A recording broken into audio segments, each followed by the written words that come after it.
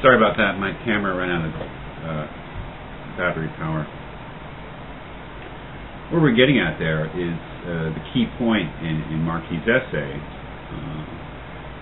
and we see what his strategy is. That is to identify what it is about killing us, killing a human being, killing somebody like us, that is wrong. The assumption is that it's wrong.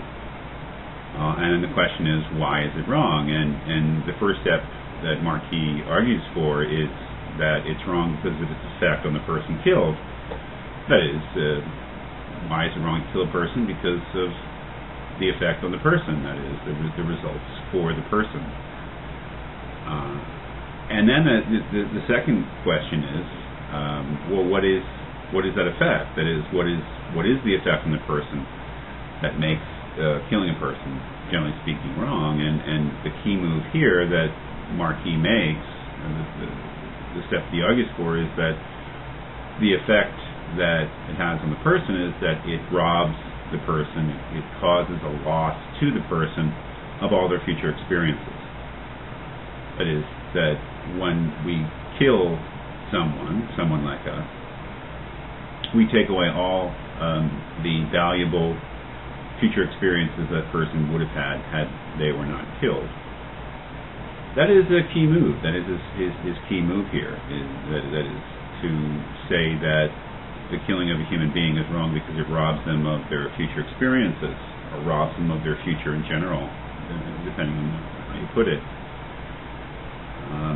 And it's at that point that he applies it to the situation of abortion, when he says that, quote, the claim that the primary wrong-making feature of a killing is the loss to the victim of the value of its future has obvious consequences for the ethics of abortion. And he continues, the future of a standard fetus includes a set of experiences, projects, activities, and such, which are identical with the futures of adult human beings and are identical with the futures of young children. Since the reason that is sufficient to explain why it is wrong to kill human beings after the time of birth is a reason that also applies to fetuses, it follows that abortion is prima facie, that is, on the face of it, at first glance, seriously morally wrong. That's the key move in the whole essay. And that is, I think, what we all, and you, reading it individually, what we all think about is whether that really holds up to scrutiny.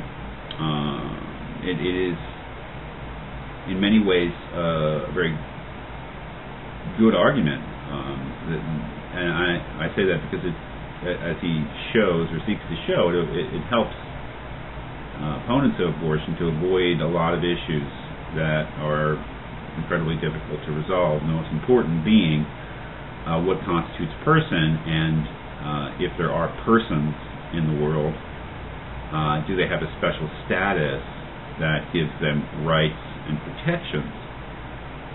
Marquis doesn't want to deal with that.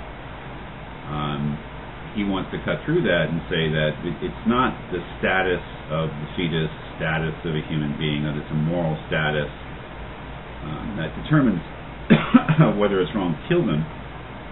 It's the effect on them.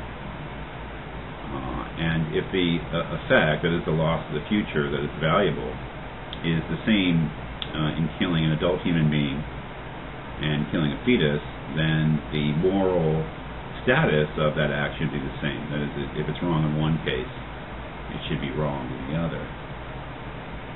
So the key notion there, I think, the key notion of the whole essay, and the thing to think about and to scrutinize is whether or not that's true. That is, first of all, is his account of why it is, normally speaking or ordinarily speaking, wrong to kill a being like us. Is he correct about that? That is, it's wrong because we are robbed of our future. And is he correct in his claim that there is no difference, moral difference, in killing a fetus because the fetus has the same sort of future that we do?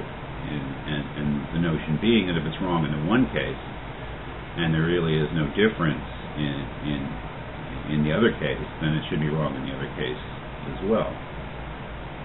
So I think when you're reading this, you want to read the whole essay. The further sections, section 3 and 4, really about defending his position against possible objections and seeking to show that his account of why killing is wrong is superior to other accounts, things he calls the discontinuation theory, the desire theory, and things like that, which he has respect for, but he believes that his account is simpler, and that it also jibes with our natural intuitions about killing, and that it accounts for our natural intuitions about killing, and it supports them in a way that the others don't.